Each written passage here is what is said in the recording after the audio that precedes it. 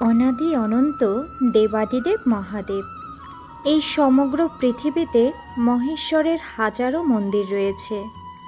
তার মধ্যে আজ এমন এক দৈবিক রহস্যময় মন্দিরের কথা বলবো, যে মন্দিরের কথা শুনলে গায়ে কাঁটা দিতে বাধ্য। এমন এক মন্দির, যে মন্দিরে যুগ যুগ ধরে রাত নামতেই অলৌকিকভাবে বেরিয়ে আসে শত শত সাপ। এই সাপ কোথা থেকে আসে, কেনই বা আসে? এই মন্দিরের নাম দেবাদিদেবের বিগ্রহ, জলের কুণ্ড, সব কিছুই যেন দৈবিক লীলায় ভরপুর। যে মন্দিরে দেবাদিদেব স্বয়ং বিরাজমান। এই মন্দিরের মহেশ্বর স্বয়ং ভক্তদের কষ্ট দূর করেন। এই মন্দির সম্পর্কে বিস্তারিত জানতে ভিডিওটি শেষ পর্যন্ত দেখার অনুরোধ রইল। নমস্কার, সনাতন জ্ঞান চ্যানেলের আরও একটি নতুন ভিডিওতে আপনাদের সবাইকে স্বাগত। সনাতন ধর্ম সম্পর্কে জানতে চ্যানেলটি সাবস্ক্রাইব করে রাখুন। ধর্মীয় ভিডিওগুলো সবার আগে দেখতে নিচের বেল আইকনটিতে অল লেখাটি ক্লিক করুন। ওম নমঃ শিবায়। ভক্তদের বিশ্বাস, এই মন্দিরে আজও ভগবান শিব বাস করেন। ভক্তদের দাবি, এই মন্দিরের শিবলিঙ্গকে স্পর্শ করলেই রোগ ব্যাধি থেকে মুক্তি মেলে। সাধারণ থেকে জটিল ও দুরারোগ্য ব্যাধি সবই দূর হয়ে যায় এই মন্দিরের শিবলিঙ্গকে স্পর্শ করলে।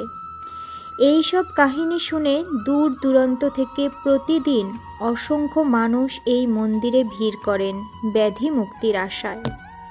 জানা যায়, এই স্থানে আগে ছিল বিশাল গুহা। পৌরাণিক কথা অনুযায়ী একদা ভগবান শিবের কঠোর তপস্যা করেছিল ভস্মাসুর। তপস্যায় তুষ্ট হয়ে দেবাদিদেব ভস্মাসুরের ইচ্ছানুসারে তাকে বর প্রদান করেন যে ভস্মাসুর যার মস্তকে বা মাথায় হাত রাখবে সেই ভস্ম হয়ে যাবে। এমন বর পেয়ে ভস্মাসুর ভোলানাথের মস্তকেই হাত রাখতে উদ্যত হয়। তখন দেবাদিদেব একটি গুহায় আশ্রয় নেয়। পরে শ্রী বিষ্ণু মোহিনী রূপে বিনাশ করে ভস্মাসুরের। দেবাদিদেব তখন যে গুহাটিতে আশ্রয় নিয়েছিলেন, সেই গুহাটি আজকের এই বিখ্যাত শিব মন্দির।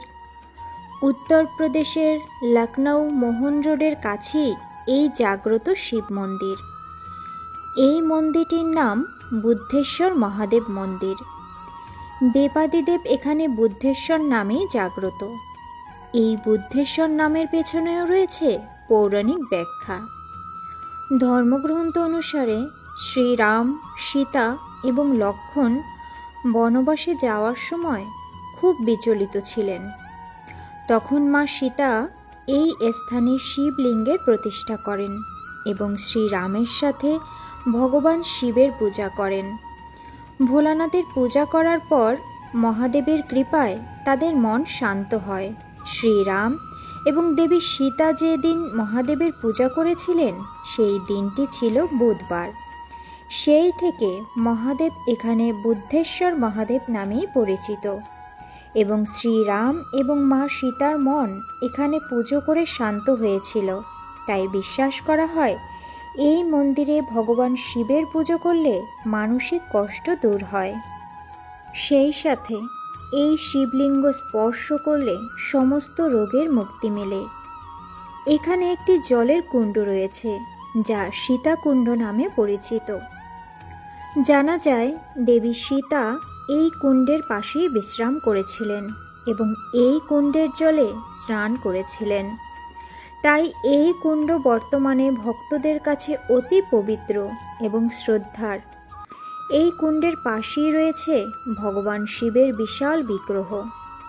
আবার জানা যায়, এই মন্দিরে লক্ষ্মণও ভগবান শিবের কঠোর আরাধনা করেছিলেন, যাতে বনবাসে তিনি শ্রীরাম এবং দেবী সীতার প্রতি সঠিক কর্তব্য পালন করতে পারেন। তখন ভগবান শিব লক্ষ্মণকে আশীর্বাদ করেছিলেন। সে দিনটিও ছিল বুধবার। তাই মহাদেব এখানে বুদ্ধেশ্বর। যেখানে অন্যান্য মন্দিরে সোমবার ভোলানাথের আরাধনা বা পূজা করা হয়, কিন্তু এই মন্দিরে প্রতি বুধবার ভোলানাথের বিশেষ পূজা করা হয়। বুদ্ধেশ্বর মন্দিরের সবথেকে রহস্যময় এবং লোমহর্ষক ঘটনা হল, প্রতি রাতেই এখানে আসে সাপ। দেবাদিদেব মহাদেব, তিনি হলেন নাগেশ্বর।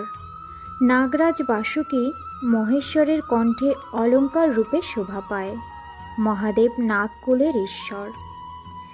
জানা যায়, দিনে এখানে ভক্তদের এবং স্থানীয়দের সমাগম থাকলেও রাতে এই মন্দির চত্বরে কেউ আসে না, কারণ রাতে বুদ্ধেশ্বর মহাদেবের পুজো করে অসংখ্য নাগেরা। কথিত আছে, যুগ যুগ ধরে মধ্যরাত হলেই এই মন্দিরে আসে অসংখ্য সাপ, কিন্তু তারা কোথা থেকে আসে, মধ্যরাত পর্যন্তই বা কোথায় থাকে, আর রাত শেষে তারা কোথায় চলে যায় তা অজানা। তবে দিনের আলোতে আজ পর্যন্ত কেউ সাপেদের দেখেনি, তারা কখনো কাউকে দংশন করেনি, কিন্তু মধ্যরাতে ওই অসংখ্য সাপেদের সামনে যাওয়ার সাহস কেউই করে না। তবে সবার মধ্যে একটাই কৌতূহল, এত সাপ কোথায় থাকে, কোথা থেকে আসে আর কোথায় চলে যায়। ভক্তদের বিশ্বাস, এ দৈবলীলা। দেবাদিদেব এখানে স্বয়ং বিরাজমান। শোনা যায়, এই মন্দির থেকে কোনো ভক্তকে নিরাশ করে ফিরান না ভোলানাথ। ভক্তদের দুরারোগ্য ব্যাধি থেকে মুক্তি এবং শান্তি প্রদান করেন বুদ্ধেশ্বর মহাদেব। এই মন্দিরের দৈবিক এবং রহস্যময় ঘটনা শুনে এবং জাগ্রত বুদ্ধেশ্বর মহাদেবকে দর্শন করতে দেশ বিদেশ থেকে ছুটে আসেন হাজারো ভক্তরা। এই মন্দিরে বুদ্ধেশ্বর মহাদেব ছাড়াও হনুমান, মা দুর্গা, নবগ্রহ সহ অন্যান্য দেবদেবীর পূজা হয় এবং বিগ্রহও রয়েছে। এই মন্দিরের একটি বটগাছ রয়েছে। ভক্তরা নিজেদের মনস্কামনা জানিয়ে এই গাছে একটি ঘণ্টা বেঁধে দিয়ে আসেন। শিবরাত্রি এবং শ্রাবণ মাসে এই মন্দিরের বিশেষ পুজোর আয়োজন করা হয়। এছাড়া নিত্য পূজা করা হয়, তবে প্রতি বুধবার বিশেষ পূজা করা হয় বুদ্ধেশ্বর মহাদেবের।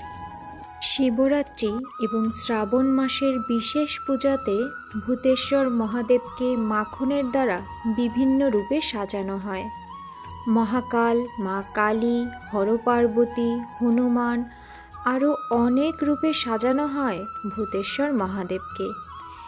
ভিডিওটি ভালো লাগলে লাইক করুন, কমেন্টে অবশ্যই হর হর মহাদেব লিখে মহেশ্বরের জয়ধ্বনি করুন। ভিডিওটি বেশি করে শেয়ার করুন, যাতে মহাদেবের মহিমা সবাই জানতে পারে। এরকম আরও ধর্মীয় ভিডিও, পৌরাণিক কাহিনী, রহস্যময় মন্দির, সনাতন ধর্মের পূজা পাঠ সম্পর্কে জানতে সনাতন জ্ঞান চ্যানেলটি সাবস্ক্রাইব করে আপনিও এই ধর্মযাত্রার সাথেই থাকুন। ঈশ্বর সবার মঙ্গল করুন। ওম নমঃ শিবায়।